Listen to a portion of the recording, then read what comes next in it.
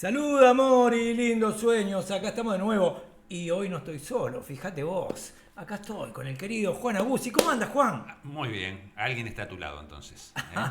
Ya somos dos mirando este programa. ¿Eh? No es poca cosa. No, para nada.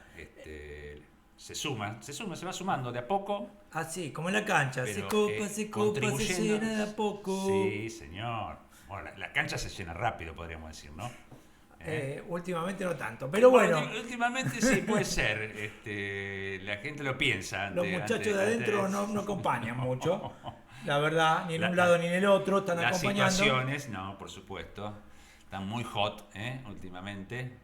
Sin embargo, parece ser que no pasa nada, ¿no? Por lo menos ahí en la tribuna Uriozul, digo, quedó todo ahí tranquilo. Y vamos a ver Lo cómo, cual hace sospechar de algunas otras cosas, pero bueno. vamos a ver cómo sigue No, todo. no es la metida de No este es la idea. momento. Esto se llama, No es la metida de este momento, es cierto. yo le digo, esto se llama lecturas cruzadas, no Lecturas palabras. cruzadas. Palabras cruzadas son los crucigramas, esto es es- lecturas cruzadas. Podemos alguna vez hacer también algún crucigrama, pero... Porque, ¿viste los Pero no. crucigramas que decían piojo de la gallina? Ahí está, ¿viste? Siempre la misma palabra. Tres letras. Acá estamos, yo soy Osvaldo Burgos, al lado mío está el querido Juan Aguzzi, y en la operatoria, en la operación ahí, operatoria, ¿cómo se dirá esto? El operador acá En la operatoria, sí, puede está... ser. el Tato- En los controles, en los, podemos en decir. los controles, el Tato Falcón. ¿Cómo anda, Tato? Salud y amor para usted. Un abrazo, ¿cómo están? Ahí está, acá estamos. Bueno, decíamos que íbamos a hablar de mitología y cine, ¿no? Para eso estamos acá. Después los saludos y toda esta parafullada acá. En principio. Exactamente, vamos a ver de qué de eso podemos dar cuenta, digamos, ¿no? De si existe realmente alguna relación, si es que la hay, y en qué consiste, además, ¿no? Esa relación. Yo, desde el vamos, ya le diría que sí, que hay una relación. No sé si demasiado intrínseca, pero que sí hay una relación, yo diría casi preexistente, ¿no? A la aparición del cine, incluso, digo, con la imagen sobre todo. Acá hace falta un vino. En la próxima vamos a traer un vino mientras estamos charlando, porque esto acá como que falta algo. Bueno, pero no importa. a mí me han servido un vaso de agua. Agua, por lo bueno. menos, Falta Jesús que lo convierta en vino, nada más. Ahí está. Yo digo. lo podemos convocar también para, ahí está, que para la venga Jesús. próxima, en todo caso. Venga Jesús. Creo que hay que diferenciar algunas cuestiones que tienen que ver con el mito en el cine. Por ejemplo, la serie Caos de Netflix ahora que está llevando y todas... hubo muchas experiencias de Pasolini, por ejemplo, Edipo Rey, Apuntes para una Orestía africana, Medea, entre la década del 60 y 70. Ese es el mito llevado al cine. Después está el mito del cine, ¿no? Esta idea de que el cine Sí, es algo mítico en sí mismo, ¿no?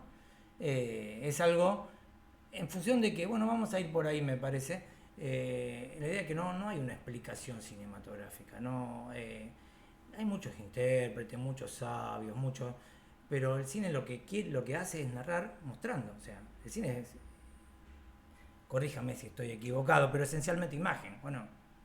absolutamente, es imagen. De todos modos, en esa imagen, en esa construcción de esas imágenes, hay siempre una narrativa, digamos, ¿no? Se trate de ficción o se trate de documental. Siempre hay un relato. Claro, y ahí va la idea que yo tenía con esta tercera manera de encarar la cuestión, que es, bueno, tenemos el mito en el cine, el mito del cine y el mito y cine, acá vamos. Porque yo creo que no hay una oposición tajante entre mitos y logos. ¿Sí? El mito es un relato, básicamente, en donde una cierta comunidad intenta explicarse algo, alguna cuestión trascendente, la muerte, de dónde venimos, quiénes somos, por qué somos distintos a los otros, cuánto tiempo vamos a estar acá, qué pasa cuando nos morimos, etcétera, que son experiencias y necesidades comunes a todos los seres humanos, comunes a la humanidad, y bueno, que son cuestiones trascendentes para los que no tiene explicación, entonces genera un relato en el que cree. Por eso se puede hacer mitología comparada, porque esos relatos son básicamente los mismos en los distintos grupos comunitarios, en las distintas sociedades, más allá de que cambien las circunstancias, de que cambien los nombres, porque los nombres y las circunstancias son adecuados a los entornos y a los contornos. Es decir, si yo vivo soy una comunidad que vive en la cima de una montaña, mi héroe fundador no va a venir en un barco, ni va a salir a matar ballenas, más bien va a matar osos. Pero en definitiva, el relato sigue siendo el mismo, más allá de las circunstancias y los contextos. Entonces, Bueno. creo que por ahí hay una relación, ¿no? La idea de que no es una explicación lógica, sino que hay una narración a través de las imágenes. Yo creo que sí, que es siempre un relato, digamos, ¿no? El cine aparece como eso para dar cuenta de algo que estaba como, que estaba ahí, pero que no se podía tomar, ¿no? O no se podía saber o conocer exactamente qué se podía hacer con eso, que eran imágenes, ¿no? Que ya la pintura había hecho su propio camino. Ya en la época de la aparición del cine, la pintura había hecho, podríamos decir así, un gran recorrido, digamos, ¿no? Con los distintos movimientos, con las distintas etapas, los distintos tópicos que tuvo la pintura. Pero el hecho relevante de que esa imagen ahora apareciera en una pantalla dio vuelta absolutamente esa posibilidad de relato de la imagen como la tenía la pintura, ¿no? Realmente como la había pensado la pintura. Ya vamos a ahondar un poquito sobre eso. Por ejemplo, desde la cueva de Altamira, una de las primeras pinturas humanas en donde hay un animal que está dibujado con ocho patas, o sea, en movimiento, imagen en movimiento. Podemos irnos hacia ahí y después vamos a hablar, eso sí, de la llegada del tren de los hermanos Lumière. Y qué significó eso en un momento. Un corto de 50 segundos. Pero déjeme que yo le voy a leer algo, si usted me permite. ¿Qué es esto? A ver, República de Platón. Acá no somos platónicos, no somos platónicos, pero vamos a leer la alegoría de la caverna. Y vamos a ver qué relación tiene. Vamos a recordarla. La alegoría de la caverna, esta República se llama en realidad Politeia, ese es el título original. Y la alegoría de la caverna, que es la más difundida, porque hay otras alegorías, la del sol, la de la línea, etc., está en el inicio del libro 7. Y dice así, voy a leer un pedacito nada más, un fragmento. Ahora bien, después de esto dije, compara nuestra naturaleza en lo tocante a la educación y la ignorancia con esta situación. Vamos a ver la situación. Imagina unos hombres que habitan en una especie de caverna subterránea, con una gran entrada abierta a la luz todo a lo largo de la cueva. ¿Te va haciendo la idea? Caverna subterránea con una gran entrada abierta hacia arriba, ¿no? Todo a lo largo. En esta caverna están desde niños, atados por las piernas y el cuello, o sea, no conocieron nunca otra cosa, de modo que permanecen quietos y solo ven lo que está delante, y además les es imposible girar las cabezas a los lados a causa de las ataduras, o sea, están atados mirando para adelante. Arriba, a cierta distancia detrás de ellos, brilla la luz de una hoguera y entre el fuego y los encadenados hay un camino ascendente, o sea, atrás de ellos, junto al cual imagina que hay construido un muro al estilo del biombo que los prestidigitadores colocan delante de los espectadores y sobre el cual muestran sus trucos. Estamos los tipos atados frente a una pantalla, frente a una pared en blanco, no pueden mirar para el costado, miran para el frente, el fuego y en el camino y entre el fuego y ellos un camino ascendente en donde va pasando gente, porque dice, imagina ahora a lo largo del muro a unos hombres que llevan objetos de todo tipo que sobresalen del muro, figuras de hombres y otros animales hechos de piedra, madera o cualquier otra forma. Como es natural, algunos de los que pasan hablan y otros permanecen callados. Entonces, el tema es que estos tipos que ven esas sombras toman las sombras por lo real. Acá lo que Platón está haciendo, está planteando el dualismo de lo real, los sentidos te mienten, dice él, todo lo que ves no es. Esto es propio de la filosofía oriental, que toma lo real como una ilusión, como lo que le llaman la maya, que te encadena a la sucesión de frustraciones y deseos, ¿no? Que tenés que ir superando a través de las distintas vidas. Pero bueno, no nos metamos con eso. Lo que voy a es esto. La caverna. La sala cinematográfica como una caverna oscura. Los espectadores como los prisioneros que ven adelante. La pantalla, el fondo de la caverna que ellos están mirando y no pueden mirar otra cosa. El proyector son los resplandores de la gran hoguera, es la fuente lumínica, ¿no? Y las sombras vacilantes son las imágenes de movimiento que ellos van viendo de estos tipos que pasan entre el fuego y ellos mismos. Acá en Platón está también la alegoría de la caverna, está el cine. Y está el cine, sí. Lo que creo yo que el cine después, a medida del paso del tiempo, a medida que va creciendo en sus expectativas o en sus objetivos, digamos, ¿no? Como primero un arte popular, pero después un arte un poquito más que va haciéndose tal vez un poco más sofisticado, no solo por las tecnologías, sino por las ideas que rondan en esa forma de representar. El espectador, si podemos decir así, se encadena voluntariamente, digamos, ¿no? Ya asiste porque quiere y permanece durante el tiempo que dure esas sombras, pongámosle así, de forma voluntaria y de forma casi placentera, ¿no? Más allá después del resultado final de lo que haya visto. Pero sí creo que esa alegoría de Platón de la caverna es una sala de cine, ¿no? Por el carácter incluso ceremonial que tiene, ¿no? El carácter ritual que ha tenido siempre. Me parece que ahí ya está dado. Igual, digamos, como vos señalabas recién hace un rato, el tema de los orígenes de las cavernas, ¿no? Digamos, de esas pinturas que había rupestres ahí en las cavernas, digamos. También hubo una etapa que era la cronofotografía, digamos, ¿no? Que también tenía algún movimiento que es muy anterior. ¿Cómo es la cronofotografía, digamos, ¿no? ¿Cómo se llama? ¿Cómo funciona eso? Y funcionaba a partir, digamos, de distintos dispositivos muy primitivos, digamos, donde se iba moviendo mediante distintos mecanismos. Había distintos tipos, digamos, donde esa imagen ya comienza a moverse de alguna manera, ¿no? Una imagen representada a través de... es como ese cosito redondito que te va a dar sí, la vuelta también, y vos vas mirando. exactamente. Bueno, eso... el caleidoscopio que va pasando. El caleidoscopio, pero tiene otro nombre más específico, no lo tengo en este momento, pero tiene otro nombre más Ahí está, específico. a ver, a los multitud de millones de oyentes que están acá en este programa, manden el mensaje porque nosotros ignoramos, como en este preciso momento, no nos acordamos cómo se llamaba ese aparatito redondito que iba girando y vos mirabas y iban pasando las fotografías. Pero bueno, me gustó empezar con el tema de la caverna platónica, porque vos dijiste, el espectador va voluntariamente al cine. Pero sí, ese es un estadio que se construye, yo diría, mucho después que esa primera función. En realidad, la función más conocida de los hermanos Lumière, hay dos. Una es Los obreros saliendo de la fábrica, que es anterior al tren que entra en la ciudad, ¿no? El que llega a la ciudad o a la estación. Estamos hablando de 1895-96.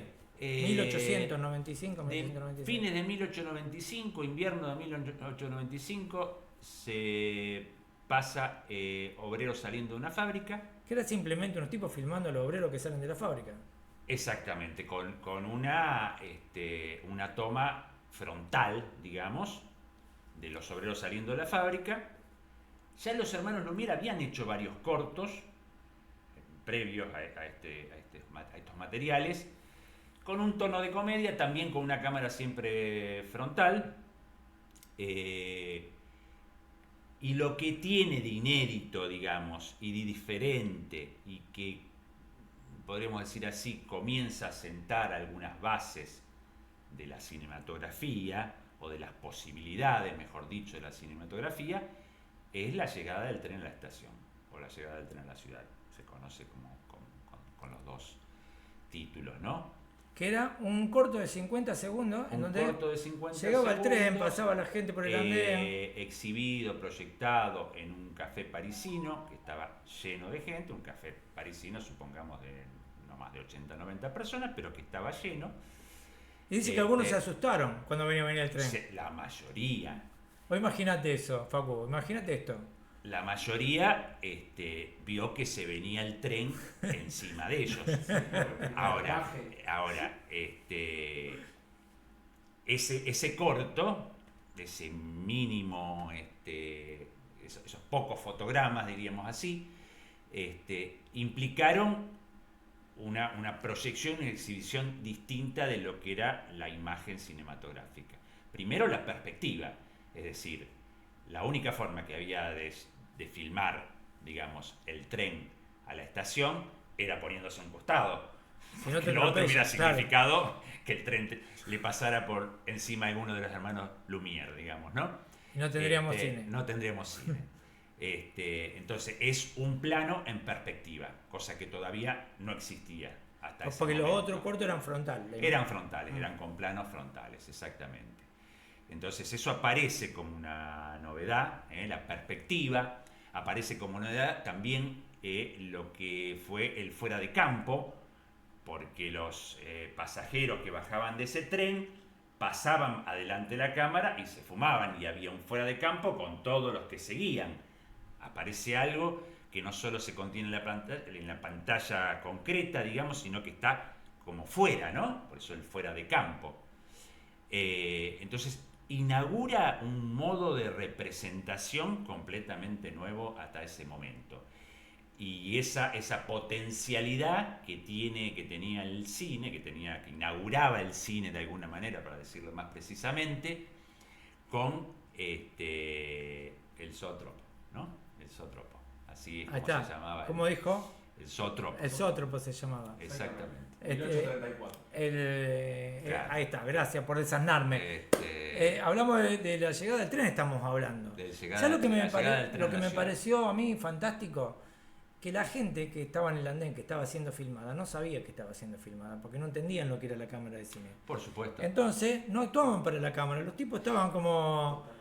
hoy, si pones una cámara en un andén, todos van y actúan. Por supuesto. Pero Van en a ese querer momento... aparecer frente a esa cámara. Es como si no lo hubieran visto la cámara, porque ellos normalmente actuaban como si fueran actores realmente. Es así. Bueno, eso es una característica que si después quiere lo podemos conversar también detenidamente, que tiene que ver con el registro, lo que es el registro documental. Pero volviendo un poco a lo que inaugura un poco, ¿no? A lo que pone de relieve en ese momento ese pequeño documental, el tren llega a la ciudad, que también no solo el plano es perspectiva, sino lo que aparecía como también planos medios o planos detalles.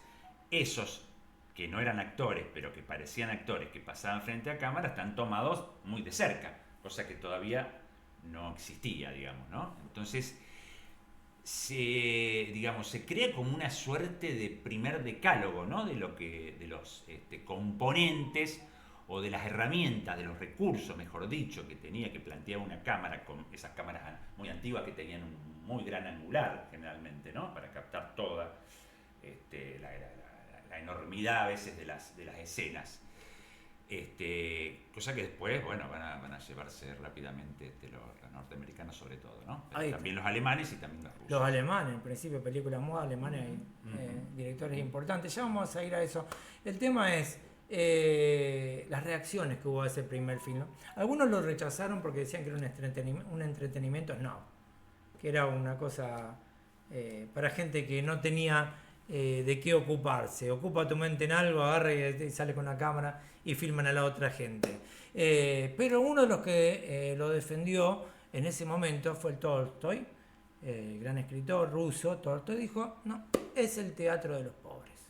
El cine es el teatro de los pobres. Él lo vio en una función, le voy a agregar esta perlita anecdótica, vamos, si se quiere. Lo vio en una función en Rusia, apenas estrenado en el mismo año 1896. Creo que se vio en enero de 1896 en Francia y él lo vio en abril, una cosa así, ahí nomás. Y quedó realmente muy alucinado con lo que veía, valga la relación del término, digo. Y sí vio que la gente también se fascinaba con una mezcla de temor y fascinación, en realidad, lo que sentía en ese momento, porque ese efecto que había causado en Francia, en París también lo causó en San Petersburgo, que es donde se hizo la primera función. Me gustó eso de mezcla de temor y fascinación, porque eso es la definición exacta de lo sublime, ¿no? Es eso que te atrae, pero que no te animás a Pero que a la vez... claro, que no te animás a abordar, ¿no? O sea, un pozo nunca puede ser sublime, pero sí un abismo. Sí, sí. Porque te atrae para llevarlo. El temor a salir de la cadena. Ahí está. Entonces, bueno, y hay gente que ve, ¿no? Hay gente que ve, yo creo que esos son los filósofos. En realidad yo tengo la idea de que más allá de los que adoptan la filosofía como profesión, que eso no tiene nada que ver, a mi criterio, un filósofo no es un profesor de filosofía, está muy lejos una cosa de la otra. Si un profesor de filosofía te cuenta cuáles fueron las distintas perspectivas que hubo para pensar el mundo desde distintos lugares, etc. El filósofo es el tipo, para mí, es el tipo que puede darse cuenta de lo que va a pasar si seguimos por este camino, ¿no? De las probabilidades de lo que está viniendo, no el que piensa lo que pasa ahora, sino lo que nos va a pasar un poco más adelante si seguimos por acá. Y hoy hacen falta, ¿no? Con esta cuestión de la inteligencia artificial, la deshumanización, la pérdida del espacio político, la pulverización de las sociedades en una miríada de grupúsculos ínfimos homogéneos.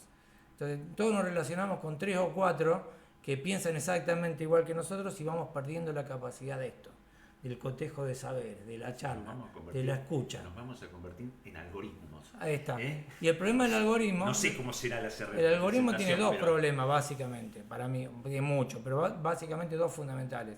Uno, que eterniza el pasado, o sea, como trabaja con datos que ya están, el futuro es una proyección infinita del pasado, nunca cambia nada. Y el segundo es lo que se llama efecto de red o recursividad, es decir, al que más, y al que menos cada vez menos, hasta que un montón desaparecen. Entonces, puede ser muy útil la optimización de cuestiones técnicas y demás. Estamos haciendo esto porque estamos en el mundo de los algoritmos, si no tendríamos que estar en un canal de televisión, en una radio. Hoy lo podemos hacer acá. Esto es Anábasis, te conté. Radio Cultural en vivo, siempre en vivo, en contra de la edición, en contra de la oquedad, del filtro, de la posturita. Basta ya con eso. Como dé lugar. Como salga. Asumiendo los tropezones, los olvidos momentáneos, las correcciones, etc. Las cosas que no sabemos. Las cosas que no sabemos. Y en una ida y vuelta que nos permite saber ahora un poquito más. Bueno, yo te decía, volviendo al tema, hay un gran mitógrafo, sino mitólogo. Los mitógrafos son los que escriben los mitos, los mitólogos son los que los estudian, que es Joseph Campbell. Joseph Campbell habla de, por ejemplo...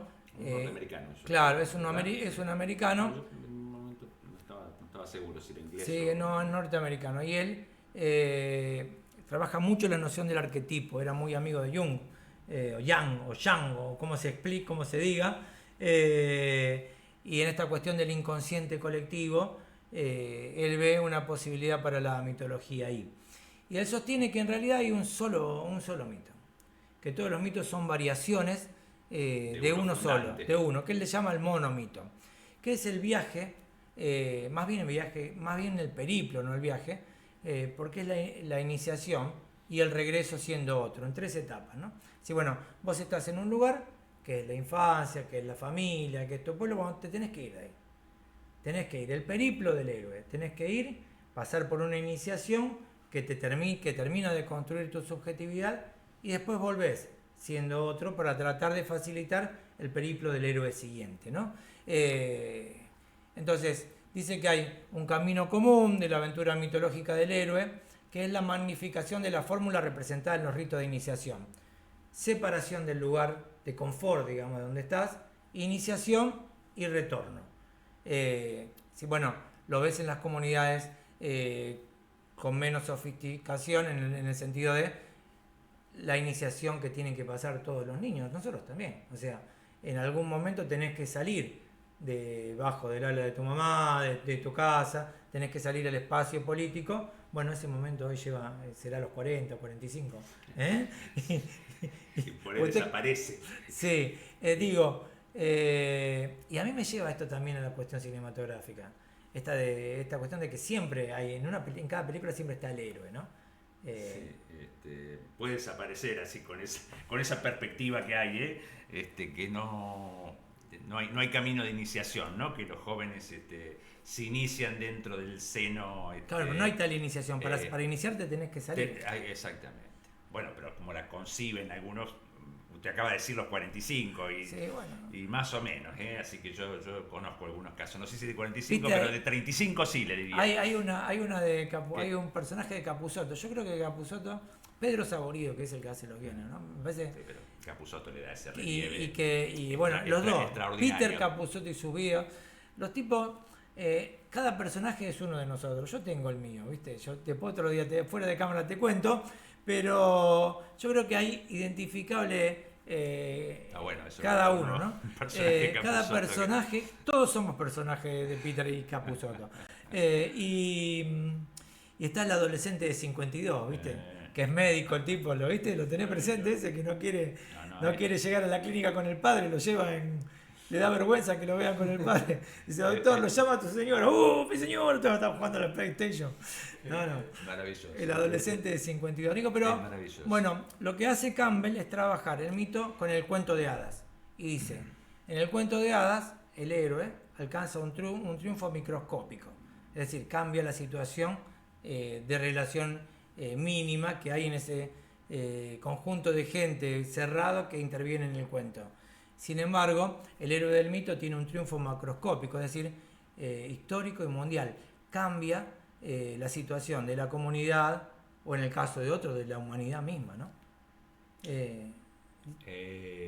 Sí, yo me quedé pensando un poco en lo que decías acerca del cine como toma, ¿no? Ese mito, el del héroe. Creo que es, yo diría, constitutivo al relato cinematográfico el tema del héroe. Se trate del género que fuese, digamos. Creo que podríamos diferenciar tal vez un solo género que por ahí se aparta porque tiene como unas condiciones de existencia como más propias, que es el policial negro. Que tiene sus fanáticos, ¿no?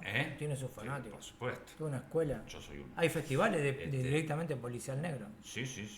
Además, es un cine fascinante, realmente. ¿Y qué sería el policial negro? ¿Qué sería? ¿Cómo lo definirías? ¿Qué tiene que tener un relato cinematográfico para ser un policial negro? Y no simplemente un policial. Bueno, no sé si hay una sola característica, creo que hay varias de las que podemos mencionar como al menos fáciles de detectar. Es el prototipo del protagonista, que siempre es alguien que está en las malas, se trata de un detective privado generalmente, un ex policía que ha tenido demasiados problemas con su anterior oficio, que hay una crítica implícita en el policial negro al capitalismo. Es un tipo que reniega de un sistema de cosas, donde realmente no le importa demasiado si va a cobrar por su trabajo, sino de alguna manera llegar a develar algún misterio, algún secreto, a poder dar vuelta a una injusticia. Esas son características muy propias del policial negro. La noche, la ciudad, es un ámbito muy urbano, donde todo pasa en la ciudad, ¿no? Donde todo digamos, esa enfermedad social, digamos, que genera esos desequilibrios, ¿no? Esas injusticias, los crímenes, los asesinatos, sí, digamos, esas situaciones así muy límites, digamos, ocurren en la ciudad fundamentalmente. Por eso la ciudad es también uno de los componentes muy, muy importantes. El tipo sale a la calle, ¿no? No es la idea de velar un enigma que ocurre, como por ejemplo en Sherlock Holmes, algunos relatos, en una mansión. Para nada. Sale a la calle. Exactamente. Entonces, como Torrente, ponele. Claro, Torrente. Claro, como podría ser Torrente, digamos, ¿no? Es siempre, podemos decirlo así, un trabajo de campo, siempre una experiencia, no ya como un policial clásico. Vos mencionás Sherlock Holmes, hay una cantidad de ejemplos, digamos, ¿no? Pero Conan Doyle trabajaba ese tipo de cuestiones, que es siempre deductivo. El policial clásico es a través de la deducción, que también prácticamente, generalmente se daba entre personajes acomodados, a los cuales les sobraba tiempo, que tenían como un hobby la investigación, digamos, el develar algún tipo de misterio, pero ya lo hacían con otras intenciones, ¿no? Con la búsqueda de poder, desde su conciencia, poder acercarse a develar algún hecho criminal, por ejemplo, ¿no? A diferencia del policial negro, donde ya además se pone más el cuerpo, ¿no? Hay un compromiso casi directo con la posibilidad de siempre de tener algún tipo de episodio donde se pierda la vida, digamos, pero eso no importaría demasiado. ¿Algún digamos. clásico de policial negro? Sí, The Killing, por ejemplo, de Stanley Kubrick, donde, bueno, ahí lo que hay son todos un grupo de perdedores que van a cometer un asalto a un hipódromo, un día donde las apuestas son astronómicas, y en realidad lo que se ve ahí, que ya el final también está muy a tono con lo que pasa con cada uno de los personajes, que es más el compromiso de algunos de sacar un mango, pero de los demás es de cometer ese hecho para darle un golpe al corazón a ese sistema, digamos, ¿no? Me gustó eso, pero estoy pensando en términos trágicos y estoy pensando en algunas cuestiones. Cuando nosotros hablamos, por ejemplo, de tragedia griega, en realidad estamos hablando de tragedia ática, porque el fenómeno de la tragedia es un fenómeno que no abarca más de 70, 80 años, entre la primera tragedia que se escribió y Eurípides, que fue el último de los clásicos, no hay más de 70, 80 años, y está así muy circunscrito a Atenas, o sea, Atenas es el personaje de la tragedia, porque estaban más allá de que la acción transcurre en Tebas, en Corinto, en cualquier otro lado, porque siempre es in illo tempore, se escribía para los espectadores atenienses, para ser representada en una fiesta de Atenas, ¿no? Y la ciudad como personaje. Y me voy a esto porque por esta cuestión de la diferencia o de la oposición entre lo dionisíaco y lo apolíneo, ¿no? Lo apolíneo sería la norma, lo estructurado, lo previsible, lo lógico, y esto de poner el cuerpo, de salir a la calle, del trabajo de campo y demás, es muy dionisíaco. Fundamentalmente. Tiene que ver con el goce, ¿no? Yo creo que es la esencia, sí.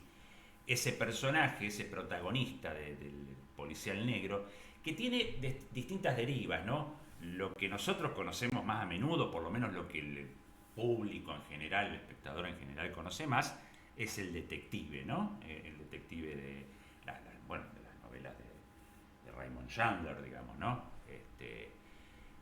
Philip Marlowe, ¿no? Que es un personaje prototípico, que es el detective. Ahora, esa faceta de ese detective perdedor, que también es una característica, ¿no? Por más que en algunos casos él se lleve un fajo de dólares, pero en realidad es un perdedor, porque no le interesa el mundo, le interesa poder realmente actuar en algo que lo motive muy a fondo, ¿no? Donde él se sienta que debe hacer algo. Si no, pasa sus días fumando y tomando whisky en su... Torrente, como... en su oficina, ¿no? En su oficina que a veces se cae a pedazos. Sí, que tiene la típica puerta con el vidrio y el nombre escrito, ¿viste? Ahí está. Me acuerdo el vidrio transparente. El caso de la rubia platino, el tema de Sabino, bueno, ahí está. Y otra, por supuesto, lo que nosotros conocemos como la femme fatale. Esa, generalmente rubia, blondas, despampanantes, curvilíneas, que, bueno, si me permiten la expresión, rajan la tierra, digamos, ¿no? Que también a veces actúa como el mayor incentivo, ¿no? Más allá de que él fantasee con alguna relación con esa mujer que aparece de improviso para que él le resuelva algún caso.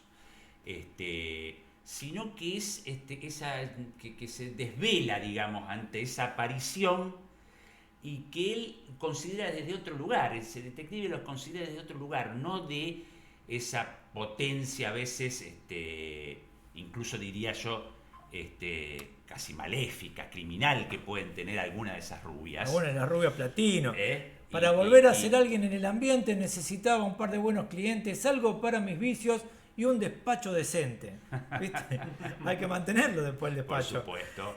Vos decías que esto escapa, para volver a un poquito a la conversación, esto escapa a esta idea del monomito de Campbell, del viaje del héroe, del periplo del héroe, porque acá estamos hablando del antihéroe, en todo caso, ¿no? Exactamente. Y el tipo, o sea, Eso tampoco es. es trágico porque la tragedia es también ese viaje del héroe que termina mal, siempre termina mal. Si se puede resolver bien, no es trágico.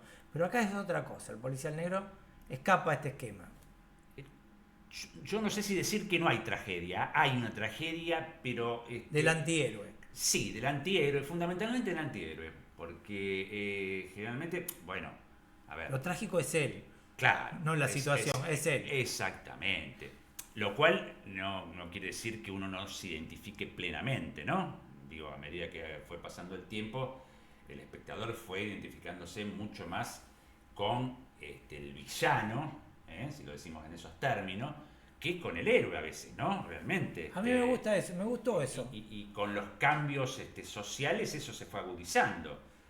Hoy resulta más atractivo algún villano que el posible héroe, digamos, ¿no? Claro, Pero esa conformación del policial negro lo corre un poco de ese clasicismo que podría ser esa aparición del héroe, que todo el cine trata de eso, ¿no? Del héroe, del camino de iniciación y de una posible vuelta, digamos, ¿no? Eso está ahí, ese mito, yo diría que es fundante también Cuando en como, el cine. como vuelve aquel que sale de la caverna platónica y los otros le dicen, mira, afuera hay un mundo. Los otros no quieren saber nada, ¿no? Claro. El mundo está acá. Y me gustó eso, te decía lo que vos estabas diciendo, porque pensaba en la importancia durante décadas, y ahora pasó a otro lugar, pero es más o menos lo mismo, que tuvo el cine antes de la televisión, por ejemplo, o en los primeros tiempos de la televisión, como herramienta política. Digo, te mostraban a los conquistadores que masacraban a miles de indios y vos festejabas lo que hacían los conquistadores. Y cuando venían los indios y secuestraban a la chica rubia, vos decías, qué malo que son estos tipos, ¿no? Por supuesto.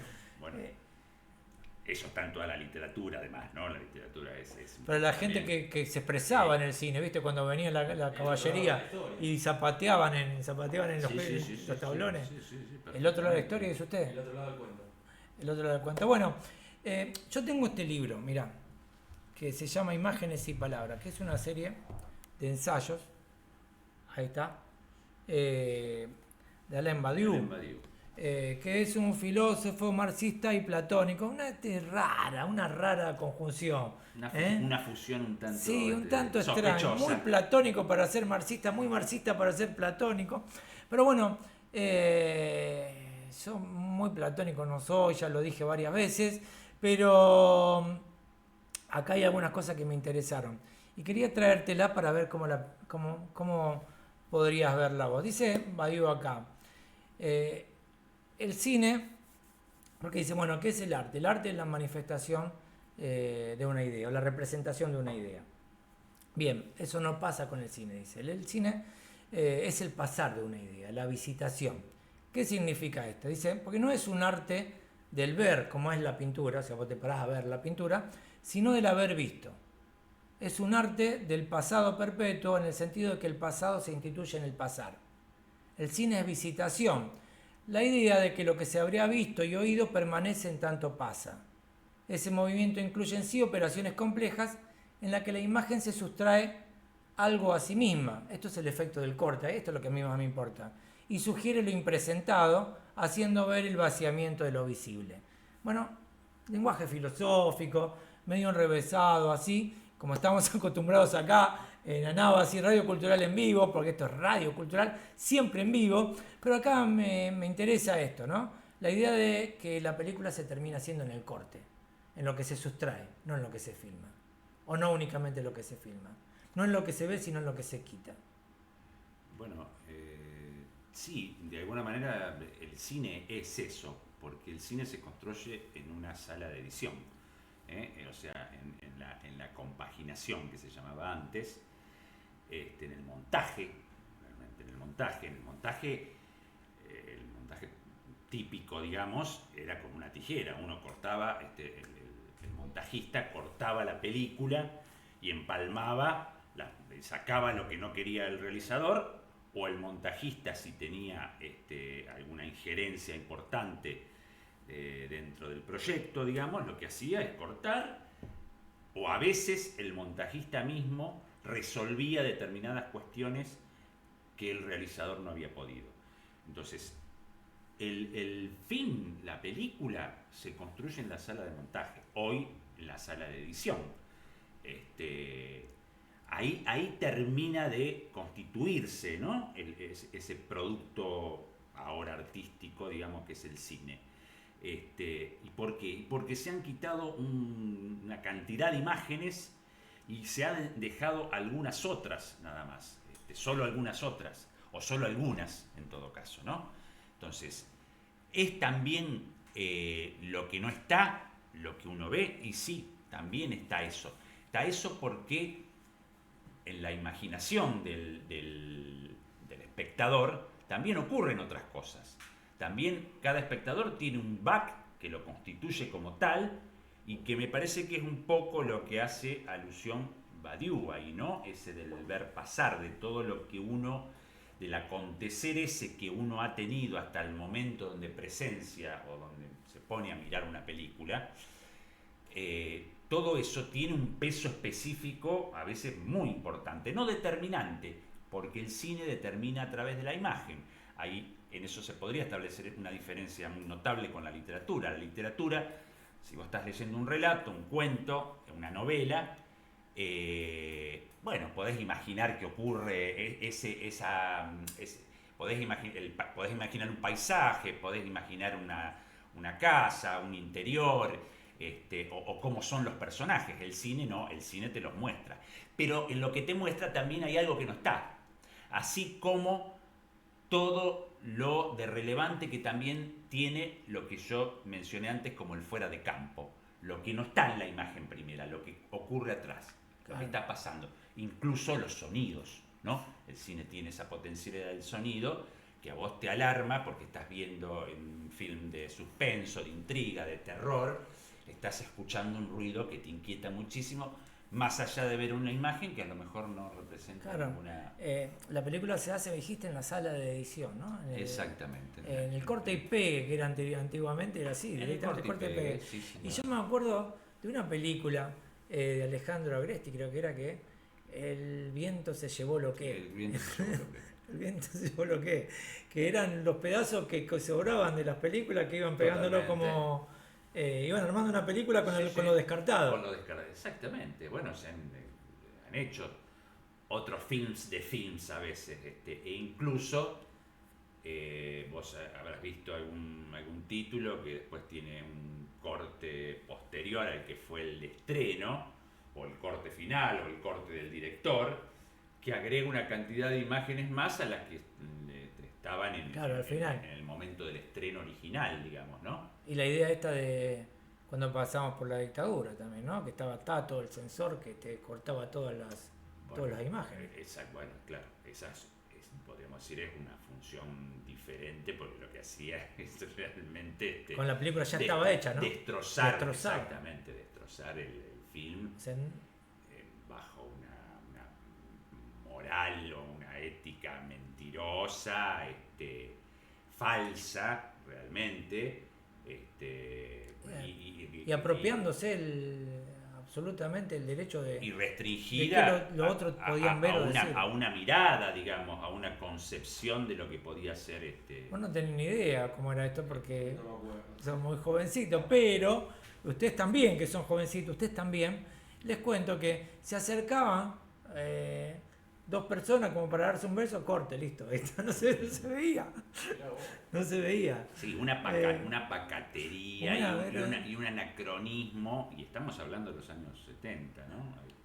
Tato ya venía, Paulino Tato, que así se llamaba el censor, ya venía desde antes, lo que pasa que en los 60, bueno, con esa eclosión que hubo, esa suerte de liberación para para todo, digamos, pero en lo artístico mucho más, porque tuvo una consecuencia muy directa y a través de los movimientos y de los artificios artísticos que estaban surgiendo en ese momento, pero ya Paulino Tato ya estaba censurando un montón de productos, sobre todo cinematográficos. Y las películas eran así, eran el viento se llevó lo que, porque en realidad le pegaban tantos tijeretazos a alguna que no entendías realmente qué era lo que querían contar, qué era lo que estaba contando. No, de qué se trataba, ¿no? Era una cosa increíble que haya pasado eso. Digo, bueno, volviendo otra vez a esta idea de... En realidad era como un atentado, era como un atentado sobre la manifestación artística, en este caso. Digo, el corte hace la película, pero una vez que está hecha, después el corte destruye la película, ¿no? Esta idea de la apropiación del cine como instrumento político, como para educar a las masas y qué sé yo, a la sociedad, cuando el cine es arte y el arte no tiene la función de explicar. Podríamos hacer ahí un breve paréntesis que tiene que ver con un par de cosas. Cuando yo mencioné antes, bueno, ese inicio que nosotros acá, pero en otro análisis cultural otro jueves de estos podemos desmenuzarlo un poquito más. Lo anterior al surgimiento del cine como lo veíamos a través de los hermanos Lumière, digo, ¿no? Yo mencioné Estados Unidos, Alemania y Rusia, sobre todo, digamos, quienes toman el artificio cinematográfico y construyen a partir de eso muchísimo, ¿no? Digo, artísticamente quiero decir. En el caso de Rusia, pero también en el caso de Alemania también lo podemos ver, y también en el norteamericano, por supuesto, porque si nosotros vamos a Griffith, el de Nacimiento de una Nación, ¿no? Esa película muy muda de 1916, donde aparece hasta el Ku Klux Klan, digo, ¿no? Hay una... Si eso no es bajada de línea, ¿de qué estamos hablando? Quiero decir, ¿no? Una utilización del recurso cinematográfico para bajar una línea muy específica de un pensamiento y de una forma de ver el mundo que tenían en ese momento. Igual que después ocupó la televisión, ¿no? Que sigue ocupando. No, por supuesto que sí. Pero quería hacer hincapié en esto, en el cine ruso, en lo que se conoció como el formalismo ruso, ¿no? Que no solo el cine, sino también el arte gráfico, la pintura. Pero el formalismo ruso en el cine tuvo ejemplos que son notables, digamos, ¿no? Que hay, que son maravillosos, pese a que hay una conciencia, digamos, puesta en funcionamiento como para mostrar una realidad determinada. Pero del formalismo ruso surgen cineastas como Siga-Bertov, que es un genio realmente, ¿no? Donde se plantea realmente lo que pasa con Rusia zarista y con la Rusia revolucionaria, que es cómo se ha modificado, cuál es el lugar de la burguesía después de la Revolución Rusa, bueno, y con una forma de innovar en el arte cinematográfico que es maravilloso, que es lo que hacen paralelamente también los expresionistas alemanes, el cine expresionista, del cual sale Fritz Lang, Murnau, Welder, o sea, genios realmente, ¿no? De hecho, Murnau, por ejemplo, que se lo roban los yanquis a Murnau, ¿no? Estamos hablando de la época de las películas mudas, ¿no? Por supuesto, con todo el inicio de las películas mudas, Murnau, que son hasta fines de los años 20. A mí me interesa esto, porque Murnau dice, por ahí, esto lo leí acá en este libro de Badiou, trabaja el aislamiento del signo filosóficamente, que es, bueno, él considera que lo único real es el despliegue del universo y el hombre no es más que un signo en ese universo. Entonces, ¿cómo se aísla el signo del flujo de signos que lo contienen y que lo modifican permanentemente en las interacciones? A través del primer plano. Hay toda una estética del primer plano, ¿no? Sí, y además de la construcción artificial, podríamos decir así, en estudios sobre todo, de todo ese mundo simbólico que hay alrededor. Las películas de los expresionistas generalmente son, no solo con el trabajo de las luces y las sombras, digamos, que son muy características de lo que se ve y lo que está oculto, sino esa magnificencia que tienen. Bueno, basta remitir a Metrópolis, ¿no? Que es un ícono, digamos, del expresionismo alemán. Quiero decir, ese hombre que aparece y que vos mencionás, con ese primer plano, con ese plano directo sobre el hombre, está dentro de un universo, de un mundo en constante movimiento, en una dinámica, digamos, y ese hombre es el que va a actuar ahí en ese cúmulo de cuestiones que hay alrededor, digamos, ¿no? La película inaugural no inaugural de Murnau en Estados Unidos, pero sí la que de alguna manera genera una especie de movimiento distinto en Estados Unidos, es Amanecer, que es una película que tiene una construcción de los sets, digamos, hay una ciudad construida en un set, digamos, ¿no? Pero lo que está, por supuesto, en primer plano son dos personajes, en este caso una pareja, que es como que ese signo se escinde de todo eso y actúa sobre todo eso, además, ¿no? Ahí está, eso ya vamos terminando porque ya el tiempo se nos está yendo, Agus, ¿sí? Se nos esfuma el tiempo. Sí, ahí está, nos estamos yendo fuera de plano, pero quería ver eso, ¿no? Digo, esta cuestión del primer plano, la subjetividad, el humano, o sea, la historia, el mito es el periplo del héroe, pero hay un héroe, y el héroe es un humano, y en la narración, el policial negro puede ser un antihéroe, pero hay una subjetividad permanente, y ahora estamos hablando de poshumanidad, estamos hablando de un montón de cosas raras. Los bots ya existían en la época de la arcaica de los griegos. Hefesto era el dios de la forja y se había construido unos bots que le servían la comida, le traían, le llevaban los platos y demás. No es nada nuevo esto, pero es acuciante ahora. Estamos en tiempo de posverdad, en donde la sociedad, como decíamos, está absolutamente implosionada en pequeños grupúsculos homogéneos y cada uno cree tener la verdad absoluta y se fanatiza porque la recursividad hace que cada vez más se fanatice con eso. Entonces es cada vez más difícil relacionarse con alguien que pertenece a otro grupúsculo, ¿no? La pregunta es, para terminar ¿Está hablando esto, de una sociedad dividida? para terminar esto, un poco, más bien implosionada, ¿estamos otra vez en la llegada del tren de los hermanos Lumière? ¿Estamos ahí en la vía? ¿Tenemos que salir corriendo de acá o no? ¿Qué dice usted, Agustín? No sé, esperemos un poquito, yo diría, esperar un poquito. Pero sí hay situaciones que en realidad remiten de alguna manera a ese terror iniciático, ¿no? Que hubo alguna vez ante ese tren que se venía encima. Y la gente se levantaba Ahora de los bares. hay otro tipo de trenes que también se nos vienen encima. O motosierras, o como sea, ¿no? Sí, por supuesto, que adopta formas diferentes, exactamente. En nuestro caso sí es el eterno retorno de lo mismo, no idéntico, que regresa como farsa habiendo sido tragedia. Abusi, vamos a hablar el jueves que viene. El mito, déjeme decirle esto, sí. El mito es fundante del cine, digo, ¿no? Y lo del héroe, el héroe trágico o el héroe dramático constituye también la misma historia del cine, digamos, y de los géneros. Vamos a hablar el jueves que viene, si a usted le parece, de la verdad y el goce en el cine, ¿no? Bueno. Esto que es la oscuridad, ¿viste?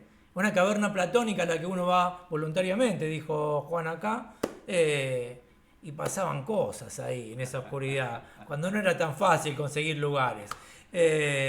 ¿La pasó bien o no? Sí, pero me parece que como momento, como iniciático, estuvo genial. Sí, fue el primer paso del periplo del héroe. ¿Usted, Tato? Bien, sí, tranquilo.